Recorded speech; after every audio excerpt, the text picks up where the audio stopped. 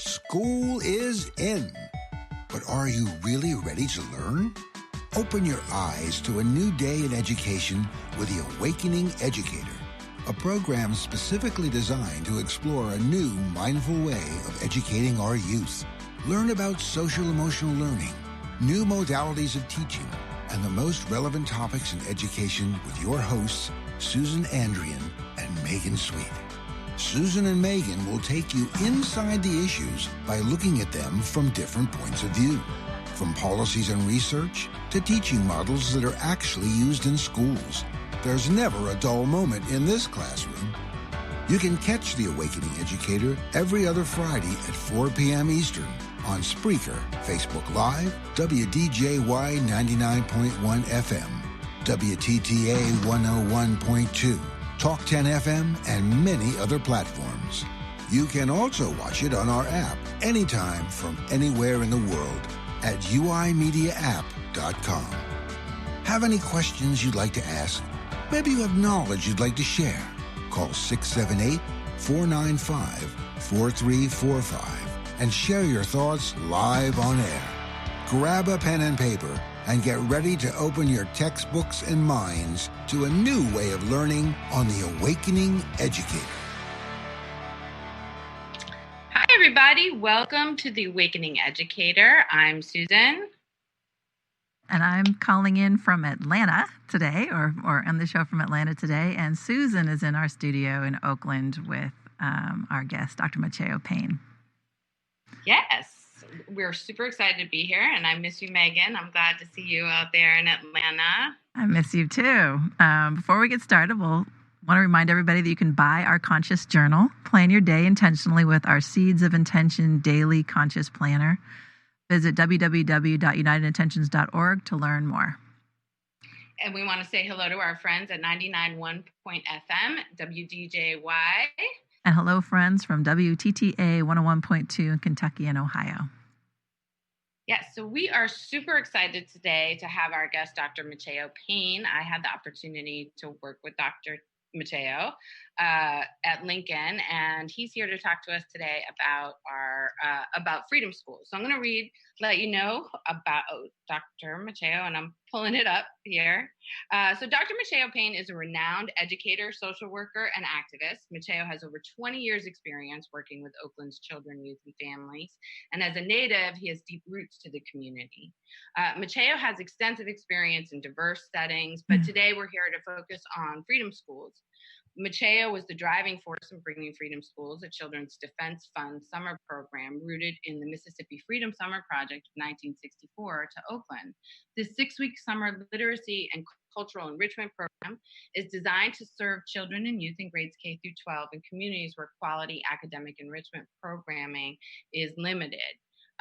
He first brought Freedom Schools as he was the executive director of Freedom Schools from 2012 to 2018. And since he first brought Freedom Schools to Oakland, hundreds of children in our city have benefited from this powerful program, as evidenced by increased reading scores over the summer, a time when most children experience a slip in performance. Each Freedom Schools program provides culturally relevant summer literacy curriculum, which empowers scholars and youth by focusing on 5 essential components: high quality academic instruction, intergenerational impact, parent-family involvement, social action and civic engagement, and nutrition and health. Right? So did I get it up? Most of it? You got it. Yeah, so we're super excited to talk to Macheo today to hear about Freedom Schools and the work that you've been doing. And I'm curious, so I'm going to just jump right into some of the, maybe you can tell us about where Freedom Schools started and how it was rooted. Sure. So Freedom Schools really goes back to the 1800s, but we won't go through the whole thing. But it really started in 1964 with the Freedom Summer in Mississippi, and Mary Wright Edelman started the Children's Defense Fund in '73 and brought a bunch of leaders at the time together to talk about the plight of Black children in America in 1991, I believe. And they came out with the assessment that Black children were facing the worst crisis since slavery because of the violence, health, and education outcomes that they were facing, as well as the structural breakdown that was happening in the 90s for Black families. So the Freedom Schools started in 93 through 5 cities through the Children's Defense Fund. Oakland was one of the first cities. Oakland was one of the first cities. Yes. I became involved 2 years later. And so although I didn't bring it to Oakland, once I got involved, I stayed involved. Yeah. And I never left. And so the Oakland Freedom Schools is a very, very unique program that not only connects to the civil rights history and foundation of literacy and civic participation, but Oakland Freedom Schools also integrates the radical movements of the 60s and 70s for Black power and liberation. So Freedom Schools is a mix of all of that. Awesome. So when you got involved, one of the things that I want to get to, and maybe Megan, you can jump in at any point as well, is really thinking about like how, what were some of the most important components that make Freedom Schools successful? Right. So Freedom Schools is unapologetically Black in terms of its focus of curriculum, its books. And what's interesting is any program that's designed right for the brain and for the culture of children is good for all children. So it's not exclusive for Black families, but it definitely is an environment that allows Black children to connect with their identity while learning, which is different when you think about it for African American children. And it's actually also good for Latino children or white children or any children to also experience that amongst Black students in that program. So I think identity and the focus for African American is key. And the focus of the books and the curriculum and the themes really highlight what's good about America, right? Yeah. Highlighting the civil rights, highlighting some of the heroes, highlighting some of the positive things that go back in African American history into the 1920s, 10s. And so the books will highlight different authors and really, bring to life not only the civil rights, but the Harlem Renaissance and many things that are left out of traditional schools.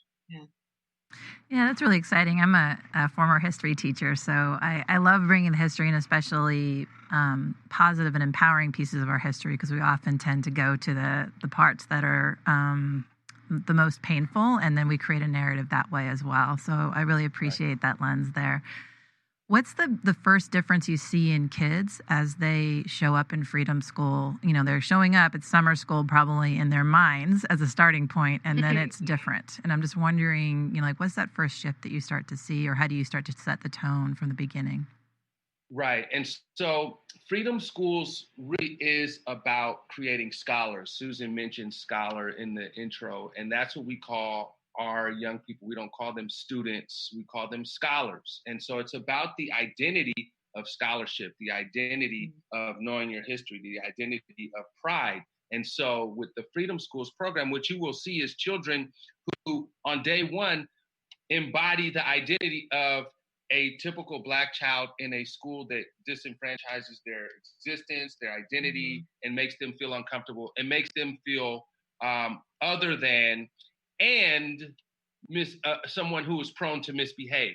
And so when you see them sort of coming in with that, basically that identity or that defense, because this Freedom Schools operates on schools. We use schools to operate. So they come in sort of feel like this is kind of going to be the same thing.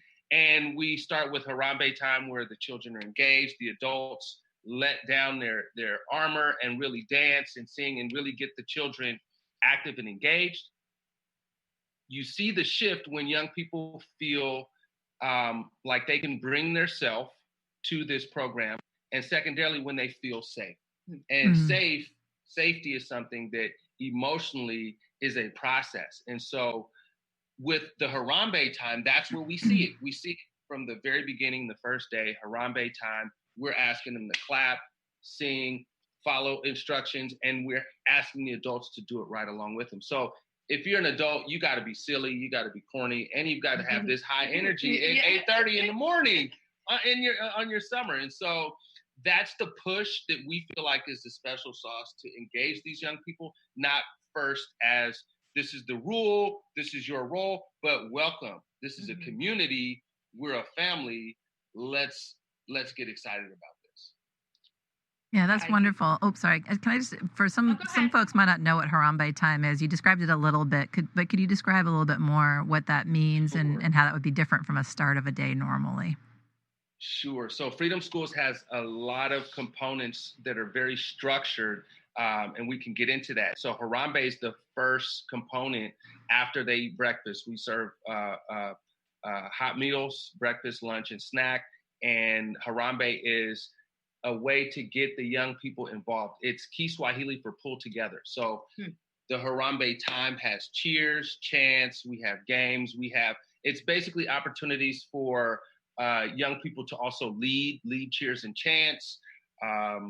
We have acknowledgments, recognition, we have a theme song, and it's really a time where it's intergenerational. The parents who are dropping off their kids are always welcome to come and participate in the Harambe time. You have little brothers and sisters also there at Harambe time. So just off the bat, it's structured differently. And you also have a scenario where the young people are being animated. These are children. We're human beings. When we wake up, as adults, we need our coffee, right? And the children, they need to scream, shout, run, play, talk, smile, laugh, giggle. They need to do all of that in a way that's structured and fun and engaging and actually builds them up. So Harambe time is very critical. It's a half hour. And they leave Harambe time and go directly into the classroom for 3 hours. So Harambe time is very, very important to get them enthusiastic about going in and learning. Thank you for that. Yeah.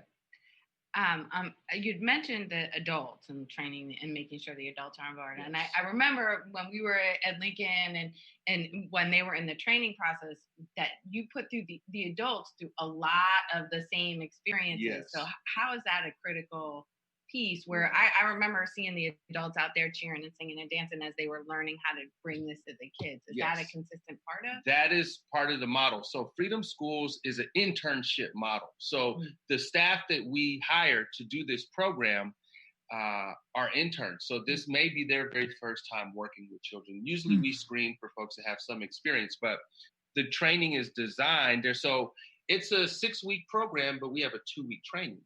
Right. So think about that. 20% of the time that they're doing this internship, they're being trained to do it first. And the training is 2 weeks. There's a training in Tennessee where they train all the first year, second year interns nationally. And so you go to week-long training in Tennessee, then you come home to your local city, and then there's a week-long of training. So that's part of the design and the model. And so we actually do Harambe every day in the training. It's not like, teacher training, your teachers, and then you go into some back room and you do the worst level of, information exchange and learning for the principals, right?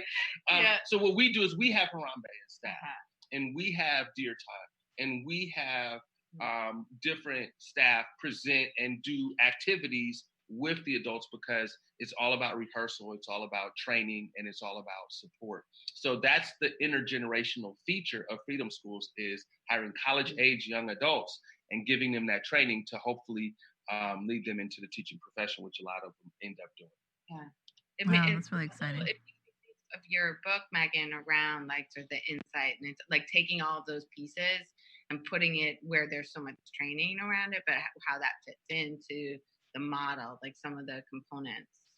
Oh, thank you, Susan. Yeah, I think just the idea of building community together, especially for new people entering into education, it's exciting to hear this idea that you're training and learning together and that's taken so seriously, especially with summer school. Normally, it's often people that are just kind of like slotted in. There are definitely people who like doing summer school, but it's not always a very intentional space for kids. So that it sounds like you really create an intentional space, starting with the experience for the adults, which is really powerful. When we come back from break, we'd love to talk a little bit more about, I'd love to know a little bit more about how you bring the parents in. That's a really crucial piece of the puzzle. So it'd be really cool to hear about that when we come back from break. But we'll go on break now.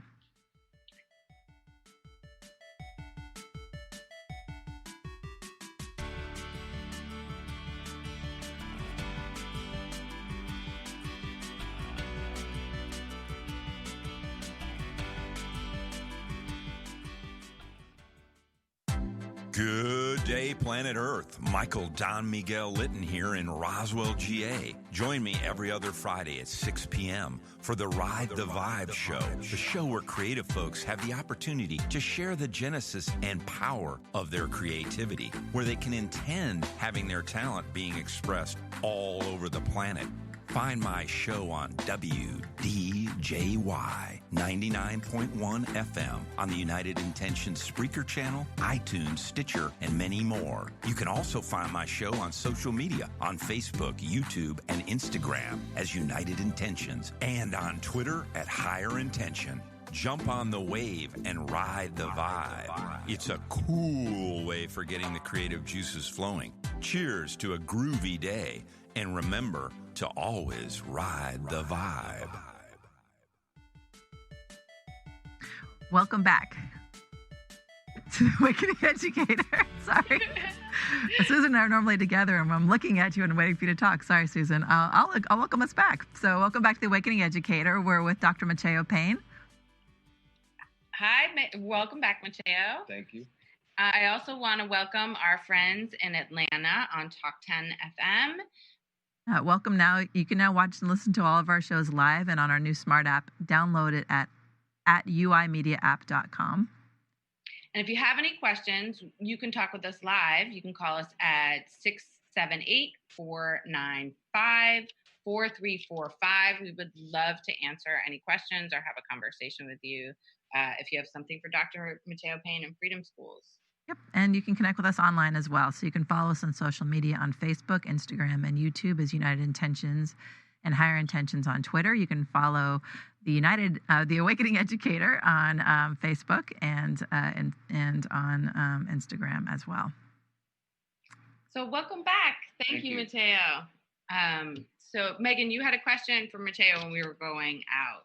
Yeah, one of the 5 components of Freedom Schools is intergenerational impact. And you named a little bit about how you welcome parents in when they drop off their children. But I'm just wondering what other pieces of the parent involvement you bring into your program. Right. So parents are engaged early on. First, Freedom Schools is a free program. We ask for very nominal fees for parents that can pay, but in general, it's a program that is to be made available to families that don't normally have something for their children to do during the summer. And so we have an orientation, and we have parents engage with the program on a very high level. They all have to come to a parent orientation, and at the orientation, we tell them all about the program. And throughout the 6-week program, we have weekly parent engagement workshops. And so at those workshops, we have different experts from Lincoln or from the community that we're connected to facilitate conversations with the parents around discipline, behavior, helping your children study, integrating health in your children's lunches and their meals. And so we also organically create spaces for the parents to talk about whatever challenges they're having with their kids. And it really bonds the parents at these parent workshops. And of course, they're participants in chaperones of field trips, and they bring snacks, and there's a deer day. So there's also events every week that are either fun field trips or site-based Juneteenth festivals, and we're always engaging parents to participate at whatever level they're able to participate. I'm curious because I know in Lincoln is Lincoln Family Services. Macheo and I had our tenure there, and over that time that we were there, the focus of the agency really shifted from a sort of intensive individual therapy model to more and more community-based, which Freedom Schools was a part of. And I'm wondering if you believe that there's more parent engagement from usually disenfranchised parents that don't show up to those things at Freedom Schools, and why? Okay. So a really important distinction for Freedom Schools than the other programs that you would access at Lincoln is it's a program that I would send my children to. And so when we're dealing with very sensitive services that are targeted for individuals, it's usually a shameful experience for the parent, right? Mm-hmm. Your child is truant, right? Well, they were sick, we had, and so when we engage the parents, it's without any shame, because it's a program that is not for troubled kids. Right. It's not for bad kids. It's not for poor kids. It's for beautiful, engaging Black children. And so we speak to the parents in a way that these may be the same families and children that are in some of our more intensive programs, but the way we recruit, the way we advertise, the way the program is geared towards community, and healing and growing and building as a community, I think is how African American parents in particular respond better. Yeah, that's I really appreciate so many things of what you just said, especially this idea, although you didn't label it this way, but of being assets based and assuming this level of connection and engagement with your students and the wholeness of students that we often don't see in schools. And a lot of the parents that I've worked with, especially from disenfranchised communities, don't feel like they have the permission to step forward or be a part of school, because those interactions do generally start with some kind of your kid's doing something wrong, they're behind, or something like that. Right. And generally, they didn't have a positive experience in school themselves. So it's this multi-generational issue around feeling welcomed and supported at schools. Exactly. So I really appreciate that. I was wondering, it's a really powerful program. Are there elements of it that you feel like could be translated to the regular school day, and what would those be? Right. And so the saddest experience I experience every year is parents coming up to me, begging me to make it a year-round school.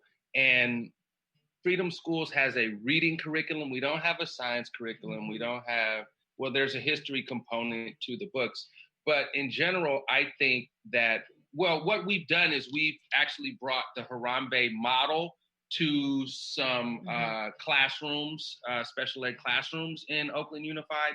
And I think I've provided a training to special ed teachers on Harambe time. So I think Harambe time is an excellent component that all schools could use. I've been a part of schools that have had morning ritual, morning circle, and there's a lot of different ways to do it. A lot of times it's boring and it doesn't involve the kids, and it's not involving movement and song and dance. And we don't want to stereotype Black communities or communities of color, but movement and dance and music helps. It helps people move through their feelings and move through their emotions, especially if you have uplifting songs and inspiring songs. And so I'd go so far as to say I think it helps all. I think all of us learn in very physical, kinesthetic ways, and then the brain research now is coming out supporting a lot of the practices that have been traditionally in communities of color around movement and singing and voice. And so just really recognizing that. So I appreciate it. So in addition to the Harambe time, I think that the way Freedom Schools has been designed was literally a Common Core focus. So it was about Bloom's taxonomy and moving children up the pyramid of comprehension and understanding for the literature. And lo and behold, as the Common Core standards start, coming into the standard educational environment, it aligned perfectly. So there's a lot of crosswalk for Freedom Schools that I would encourage charter schools or public schools or any schools that have some flexibility in how they structure their day and how they deliver the curriculum and how they train their teachers. There's a lot in the model that can translate to regular schools. Yeah, I'd love to hear some of the numbers, and I don't have them off the top of my head, but there's some incredible data around, and I mentioned it slightly in the intro of how much kids grow over the summer. And what are some of those numbers, and why do you think they grow so many reading levels in such a short period of time? Right, and so it's 2 years increase in reading level for the 3 Freedom School sites. 5 to 14-year-olds, and for the Camp Sweeney site, these were kids in jail, 15 to 19. And for the Sweeney, I'll talk about the Sweeney Freedom Schools. They read 5 novels in 6 weeks. Wow. They read them in class together. They read them out loud. They read them every day. They have conversations about the books. And so at Camp Sweeney, you have more Latinos than African Americans incarcerated this past year. There are more Latinos incarcerated at last year's, right? And so the curriculum adjusts. So one of the books is La Linea. So it's a book about immigration. It's a book about coming to this country and as children and all of the crap they have to go through. And so because they're reading every day, because they're reading out loud, because they're reading about books that relate, and they're having discussions about the books that relate to their lives, that relate to their relatives, that relate to their community and what's happening. I think all of that adds to basically having a intensive 6 weeks where adults believe in them and give them multiple opportunities to mess up while they're reading, builds their confidence in reading. And so what we found out with the Sweeney was we had a higher gain in reading level for the older kids, which flies in the face of what we always try to say, you got to get younger. Oh, once they're 16, 17, and these were kids in jail. Right. So I can't emphasize that enough, that when you provide the opportunity for the children, whether they're middle-class 7-year-olds or they're incarcerated for robbery at 18 years old, they will respond when it connects them to their identity and their culture. And now the difference is if you're in a regular school environment and you're learning about everything and you're hearing nothing about your identity or your culture, and any references to your family and your community are negative. Right.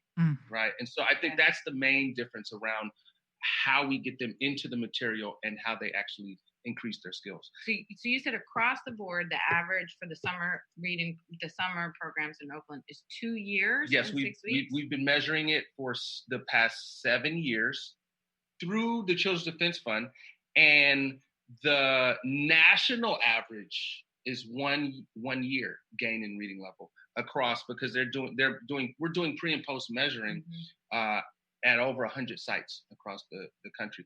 And I tell you, Susan, I've even had people question the outcomes. It's sad. It's real. It's like Stand and Deliver, where these kids, they did something phenomenal, and it was so out of the box of the funding streams and all the institutions where they're headed, they just didn't believe it. Wow. Right. And that's part of what we're up against in Freedom Schools in the first place, which is why we exist. Yeah.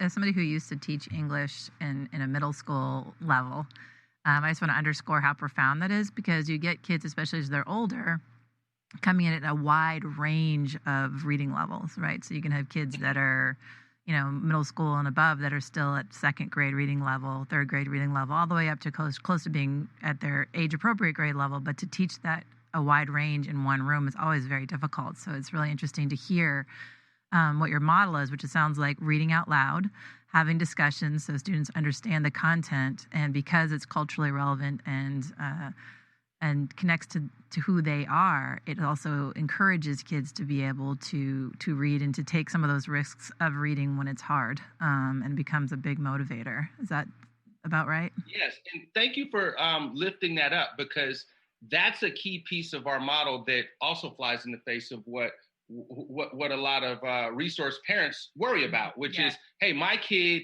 is already reading at the 4th grade level. Why are you putting him in this level 1? Well, because it's his age group. And so what we found at Freedom Schools is you're not going to mess up the higher performing readers. Mm-hmm. You're not going to mess them up. Right. They're going to help the other kids read. I mean, this isn't new, right? Mm-hmm. And so, but that's always a concern. It's like, oh, this is a reading program. My kid's not struggling with reading. Or I've had parents say, well, my kid struggles with reading. I don't want to cause more anxiety and put them in that program. So as parents, we kind of hold the issues. But when you really give them the space and time, then that's what works. So it's the fear, and using relationship, using culture, using all of those things that we know work to overcome those fears and anxiety, create an environment where kids can really thrive and feel good about who they are, feel connected to their community. And we unashamed use love. We use lots of love. We love on our interns. We love on the program. We love on the model because we love the outcomes. Yeah. Well, Megan and I are huge proponents of love. Legislation, you need to write it down. As human beings, we got to get it together, right? Yeah. That's the thing. And we love our UI because, right? I mean, United Intent. We're going to a break. Is that right, Megan? Yes, we're going to go to a break. Thank you for that. That's a really inspiring place to end for our break. When we come back, it'd be great to hear a little bit more about Freedom Schools and how maybe it connects with the other schools across the country and how people can get involved, and then also a little bit more about you and what you're up to. So we'll be back in a bit.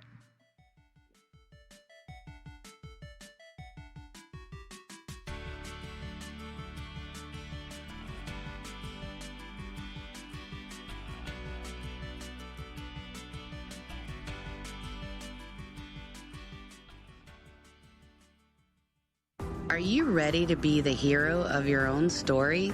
It's time to put the power of your health back into your hands. Join us for our free 25-day journey to get your life back now from chronic illness.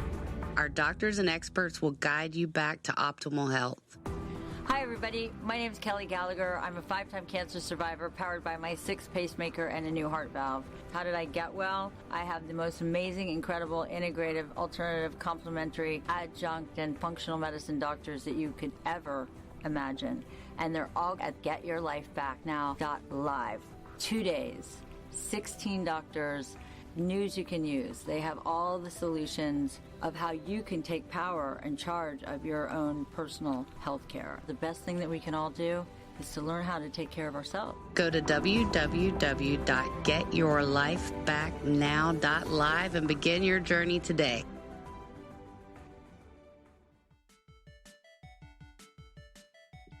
Hi, welcome back to The Awakening Educator. I'm Susan, and we're here with Megan. You there? Yep, I'm here. Hello, everybody from Atlanta. And we're here with Dr. Macheo Payne. And before we talk some more with Dr. Macheo, I would like to, you can tune in later at 6 for Ride the Vibe, where musical guests will be a trumpeter and a singer, Joe Branston. And you can make sure you listen to the Good Intentions Show this Monday at 11 a.m. when Tim Ray will be interviewing chiropractor, speaker, and best-selling author Dr. Carol Soloway right here on the United Intentions Network. Blah. And save the date for July 20th. We're at the Gate City Brewing Company in Roswell for the Awaken Atlanta celebration party. Join us for fun, good times, and go on UI Media Celebration Party on Facebook and respond. And welcome back, Dr. Macheo Payne.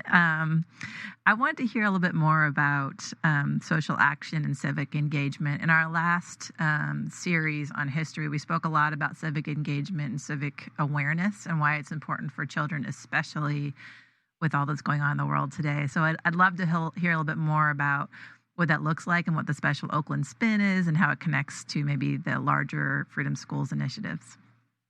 Absolutely. So the immigration issue was a highlight focus last year. Voter registration, Trayvon Martin. So going back year after year, every year the children kind of pick whatever social issue that's happening through facilitated discussions with the adults, with the interns. And the young people, there's a nationally coordinated social action project that Children's Defense Fund picks a topic, and we all participate. And over the years, there's also been a leeway for individual sites to also have their own focus. And so we've done things going back 20 years with Freedom Schools in Oakland, going to the mayor's office to talk to the mayor, direct civic engagement. They sometimes do projects where they visit Black businesses, right, throughout downtown Oakland. And so it can be a local community social action, or it can relate to a larger national or even global social action. But it's really around the social awareness of our young people and the old adage, right, think globally, act locally. Mm. And how do you connect in Oakland's deep history with the Black Panthers and other social justice initiatives here? Like, what makes Oakland special or unique from the rest of the... Well, we have access to a lot of Black Panthers that come and participate and support. You know, Tarika Lewis, who is a very active member of the community still today and was the first woman in the Black Panther Party. We have a legacy and a history. We actually have teachers that taught in the Oakland Freedom School that were students in the Black Panther community schools in the 70s. And so we have direct lineage and involvement of young adults and so what we do is we have guest speakers and we integrate it into our curriculum as well. But yeah, we're still, it's a lot of folks that are still around that come and speak to the young people around that. You said before you're unapologetically, I forget exactly Black. Unapologetically Black, and wondering how that is experienced and where there are barriers or where that really resonates for folks in the place that's often hard to find. Can we speak some truth here yeah, for a minute? Please so do. In the foundation and educational landscape of Oakland and the Bay Area, you have a lot of foundations, a lot of focus, a lot of money, a lot of people, a lot of smart people doing a lot of great things. Freedom Schools were connected to a lot of those efforts. And without naming names, it appears to be a situation where it's such a huge issue for the schools and it's a national issue. It's almost a disbelief that Black people could actually figure it out on their own. And so, because that's my interpretation, honestly, because of the level of support, right? If it was reversed, there would be this level of attention that would be overwhelming. Absolutely. But, I know you, but we don't have that type of attention. We don't have that type of overwhelming attention. Like, oh my God, we've got to make this work everywhere else. And so we've just been quietly doing what we do. But I think it is a integral reason why Freedom Schools does not get the notoriety that the outcomes would warrant is because it's Black led. And it kind of flies in the face of folks who hold millions of dollars and are, trying to do something that they think is more direct or smarter or, but ultimately, Susan, when you go into communities and you find out what works, a lot of times it's a lot that's been working. It just hasn't gotten the attention of the systems that really can, make it everywhere. Right. The systemic stuff is deep, and I think when you even link into the insight part of the work that you do around that work, that implicit bias, and you brought it to us at Lincoln as well, around as a white woman doing this work for a really long time, the critical piece around doing that work, around what it means to do that, and when is it time for me to step back and just be an ally, right? So. Right, and all efforts, I support all efforts, but particularly if it's a Black-led effort, that it could be supported and not say, oh, well, I'm not centrally involved, so I don't think there's really a place for me. No, that's not really how it works, right? we all contribute in different ways to multiple efforts, so. Yeah. How do you think we can start to change that? So beyond, because I think implicit bias affects, obviously, the culture of power is walking around with a lot of implicit bias that we're not aware of. But how do we start to disrupt that so we can start to shift our narrative and our focus a little bit more, especially in service of children? Yeah, that is an excellent question. And I don't have the answer. But one of the things I always play around with the idea and exploration is, for California at least, when you had an increase in students of color and a decrease in white students, you have a corresponding decrease in funding and increase in challenges. And so I think what has to happen is we have to really have a intergenerational approach that really allows the young people today to step into youth leadership. I strongly believe in youth leadership, and the youth know, they know what they want. They know what works for them. And we have to support our young leaders so that when they get in the positions of power in education, they can make the changes that are necessary. I don't think the current generation of adults really is equipped to make the changes necessary with racial bias and with all of the things we're challenging. You got men struggling with male privilege. You have white folks struggling with white privilege. And we're still kind of in the thick of it. And I think we have to get to a place where homophobia and things like that. It's just not really socially acceptable anymore. And, once we get to that place, I think our educational system will be fine. But as long as there's the deep-seated racism, we're going to see the educational system default to serving that majority, unfortunately. Well, and it's exciting to hear that part of the work that you do is to encourage the folks that work at Freedom Schools to become teachers later. Because I think that's the beginning part. There's plenty of research that shows, and it's also, I would say, an intuitive understanding that when there are students have in the classroom with teachers that look like them, they tend to do better because their culture is represented, because they feel seen, they feel supported in a different way than the dramatic imbalance there is in education in particular, that is primarily white, primarily female educators with children that are increasingly not white and have these diverse backgrounds that aren't being represented in the classroom. So I'm wondering how, do you have any stats or information on how many of your interns eventually become teachers and where they're being placed, or are you guys monitoring that for Freedom Schools? We're not. It's a 6-week program, and there's so many components. Yeah. But that is something that we wish we could track. But I can say anecdotally that the adults I'm still connected to over the past 20 years that have gone into teaching, I'm connected to a lot of folks on the East Coast that so many principals, superintendents, district executives from here to DC to Minnesota to Detroit, Freedom School leaders, servant leaders, occupy these positions of power. And the thing that I can say about them is it's with Freedom Schools, it's not just about teaching or about schools. It's about transforming your community. And it's a movement. When I sat in Urban Strategies Council as an intern, my very first year as a Freedom School intern, right there in downtown Oakland, and Greg Hodge was the director, and we had the whole intro, and he said, if you came here, thinking this was a job, you're in the wrong place. This is a movement. And I had never heard anything like that, right? Because I thought it was a job. I looked around like, did you know this was a movement? I didn't know this was a movement. And it's infectious. And you go to Tennessee, and they say, you got to go to this training at the Alex Haley Farm. And I'm thinking, farm?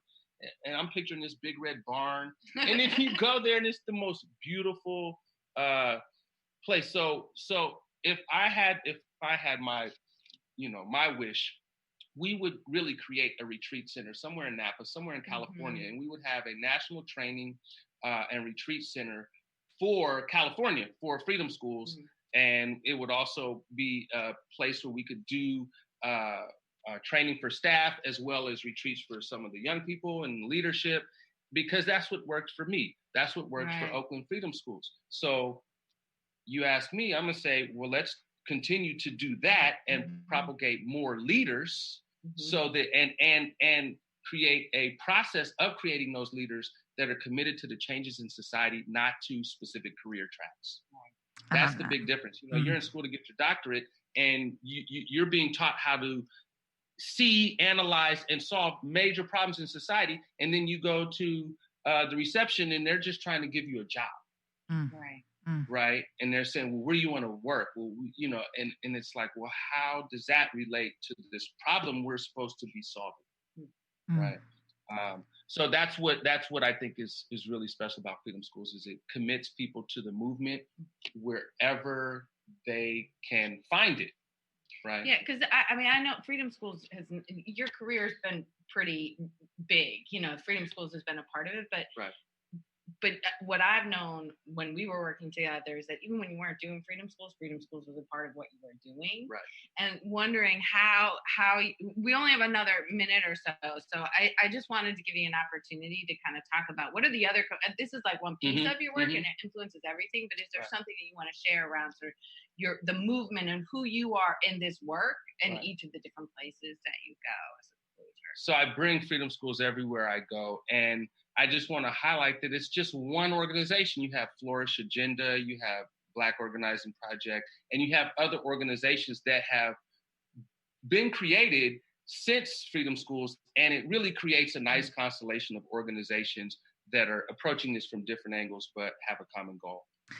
Dr. Payne, it's been so wonderful to speak to you, and I love this last ending point on creating a movement rather than just centering it on one specific career path. That's a really powerful place to contemplate, and also the partnerships that can build out of that. So it's not one organization, but it's a group of different organizations working together. It's been such an incredible pleasure to have you on the show. So thank you for joining us, and we'll be back after the break. All right.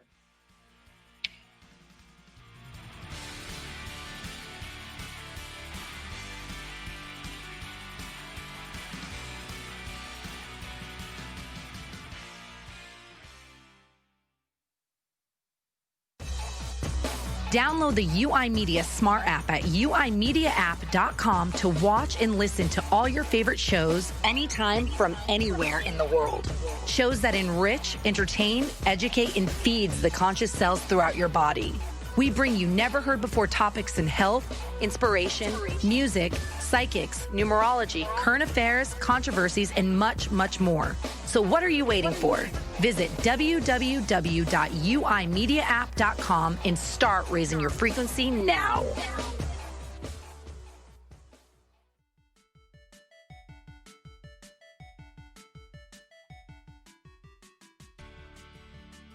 Welcome back to The Awakening Educator. This is Megan Sweet. And I'm Susan Andrian. Susan. And I'm going to move over a little bit because we said goodbye to Dr. Macheo Payne. Don't move. So thank you for bringing Macheo on, Susan. That was a really powerful and I'm feeling really inspired right now after talking with him. Just his energies and enthusiasm was like, it was deep. It was deep. He's a deep dude, and I feel really grateful I've worked with him and to see what Freedom Schools really is about. Like it wasn't a program that I was directly involved in, but you could see that his infectious joy really played throughout all of Freedom Schools. And he's right. It was hard to believe those numbers. Yeah. Well, and just what that means about our bias in this country and how we can't recognize sometimes the gifts that are right in front of us. There's so much that I'm taking away. That last segment on creating a movement really struck a chord with me, because I think that's what it's going to take to change society. We put a lot of pressure on schools, and I do too. I mean, I was kind of automatically doing it. And then when he was naming, like, well, it's not just a career path, it's just a way of being, and it's a way of interacting. And there's all these different places where we work together. That was a profound, like, just even shift in my own mind of like, right, it's not just in a career, but it's how we move through our days and through our life. And there's a lot of ways to have impact. So, yeah. The other piece of what he was talking about that was really important for me was around being unapologetically Black and the role of allies in that work, right? And so how important that is as women, white women, that we're doing this work. We've been doing this work for a really long time, for combined, we don't have to say how long necessarily, but but how do we continue to make sure that we're reflecting on that piece of when is it time to step back and be and let something that's really working work? And then what's my role and how do I show up for that? That's a powerful thing to think about. Is I think often when we're allies, we want to step in everywhere and show that we're allies and being supportive. But sometimes the way we can be an ally is by stepping out and supporting in different ways, but not just trying to become, using our privilege to create space for others rather than being directly involved is also another way of doing that, and privileging other voices through ours is a way to do that too. So I appreciate you naming that. And I know it's our Summer Anything Goes series, but it felt very linked to all of our other shows, right? Like I could hear Larry's interviewing it, and I could see how Nicola and the work that she's doing is really connected to it. And you could see, right, like all of these pieces that we have felt connected to Freedom Schools. too.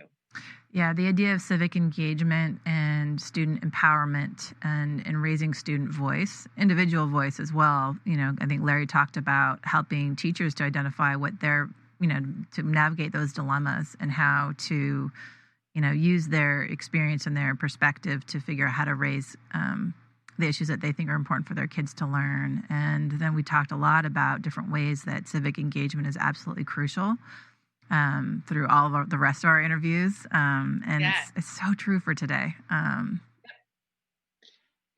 think about my work clinically over the years and that civic engagement piece as a clinician, how important the idea of having social agency in the world outside of yourself is actually a really important and healing part. And I think it's missing from our schools often, right? Yeah. That feeling like I have something to give to the world, or I have agency, or yeah, well, and that was something that Macheo named right when we started that I really loved, which is this idea of helping people understand what their agency is and empowering that voice and helping kind of kindle that in people so that they feel like they can do something. And I know in a little bit we're going to talk about some of the ways we want to do that, but that it's easy to feel powerless, and that the system is so big and so overwhelming, and especially if you're part of a community that doesn't get a lot of voice, doesn't get appropriate support or recognition, it's even harder, I would imagine, to feel like you have some agency. So I just love that notion that there's so many different ways that we can engage and start to feel empowered. So yeah, so thank you so much for bringing Macheo on. It was great. Yeah, thank you. And now we're gonna shift a little bit, right, to talk about some of the work that you're doing. Because I think it's also really related to all of the different guests that we've had. Is we want to make sure that that our audience gets to hear about some of the incredible things that you're trying to move forward in the work that you're doing with your 3 Eyes and other components. So the first question I have is, what's happening with your 3 Eyes right now? Like, what are some of the things that are really new for that are going on for you, or exciting that are going on for you? Yeah, thanks, Susan. I wrote the book and it's out in the world. And actually this week I got a chance to talk about it a lot. I was helping to lead a retreat for educators that are learning mindfulness. And the 3 Eyes, the third eye is intuition, which is a lot about mindfulness. But mindfulness is also kind of a precondition or a supportive element, we'll say, for our lives in general. But it's the idea with the 3 Eyes that you need to learn to look at your life through these 3 different perspectives. Intellect, which is, the brain stuff. Insight, which is really emotional awareness, and perspective taking, being able to kind of step back and see your lives and your actions from a different point of view. And then intuition, which is really using mindfulness to aid in those other 2 elements, but also learning how to get out of your head and into your heart a little bit more, and will be a little bit more grounded in who you are as a person. So I do work with educators around mindfulness, and one of the things that is available for people to work with me on is getting some individual coaching around how to start to find that inner voice yourself. I have a few coaching spots available. I have another podcast too, actually. They find out about the. Where can they find about it? Thank you, Susan, for asking that. They can find out about it at. Just imagine it, and it'll magically land in your lap. Just use your mindfulness. Just boom. So I have a website that also is where our Awakening Educator website is, which is our Awakening Educator page, which is www.your3 EYES.com or www.your3eyes.com. And on there, you can actually learn a lot of different ways to work with me, my coaching, how to get in touch with me for coaching. I also have an online course on how to start to really support the second eye, the insight part, which is learning how to understand what your beliefs are and how they're impacting you. And you can also I have some blogs on there. You can learn about my other podcast, which is really about supporting educators and anybody to connect with their intuition. So lots of exciting things. And we also have our Awakening Educator page on there, which has all of our previous shows listed and different ways that you can connect with us. I think it'd be great for folks to join our newsletter so that they can give us show topic ideas. We have a plan, but it'd be great to get a sense of folks that of the content that our listeners want to hear about. and even suggest people for us to interview for themes that we have coming up. Because sometimes we have a theme, but don't always have the people that we want to speak to in that theme. So it'd be great to get a national or international perspective on a lot of these issues that we think are so important. And I know that mindfulness has really been taking off, and the benefits have been showing up in research and science and schools. And how is it that your 3 Eyes looks at, because it does feel a little bit different the way that you think about it, as more incorporated into this more holistic perspective around how mindfulness fits into this larger framework. And how is that different than the way that mindfulness is usually thought of, which seems as its own sort of capsulated thing? Yeah, it's interesting.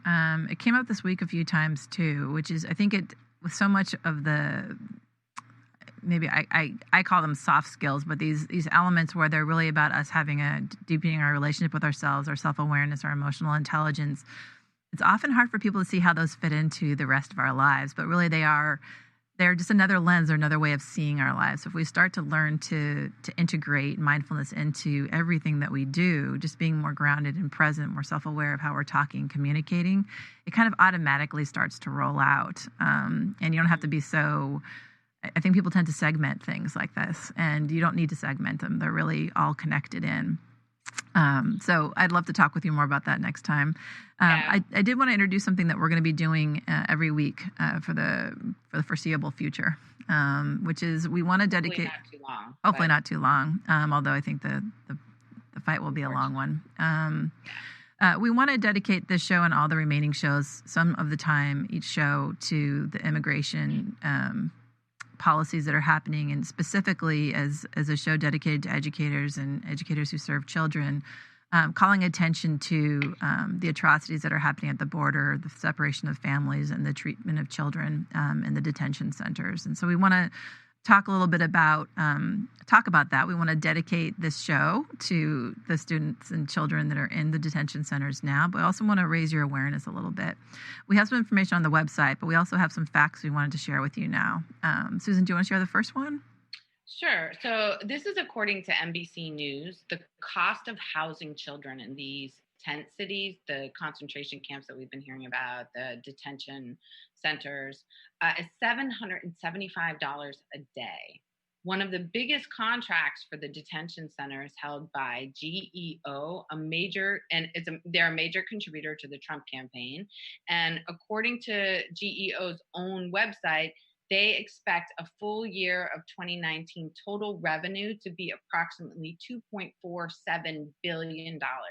So this company is just making money off of the treatment, this inhumane treatment of our children.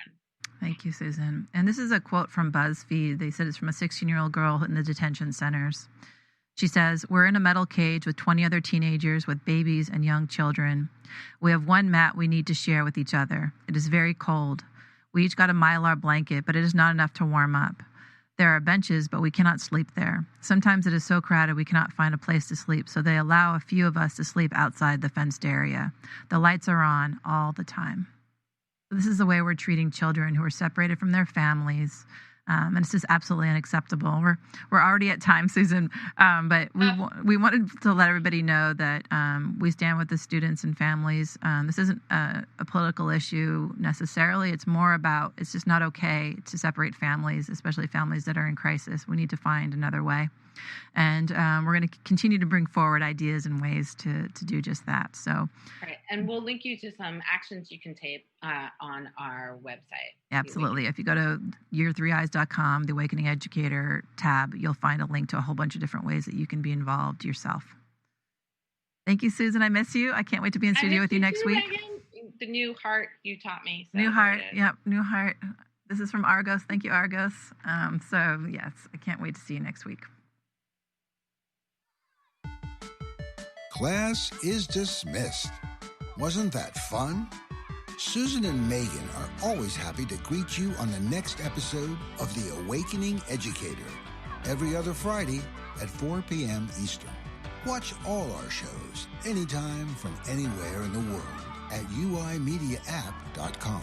Connect with us on Facebook, Instagram, YouTube, and Spreaker at United Intentions to be up to date with the show. Have any questions you'd like to ask? Maybe you have knowledge you'd like to share.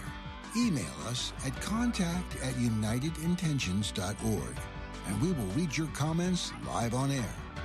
Education is the foundation for a brighter future. Open your eyes to the awakening educator, only on the UI Media Network. The United Intentions Foundation and its associates take no responsibility for the opinions and statements made by the talk show host.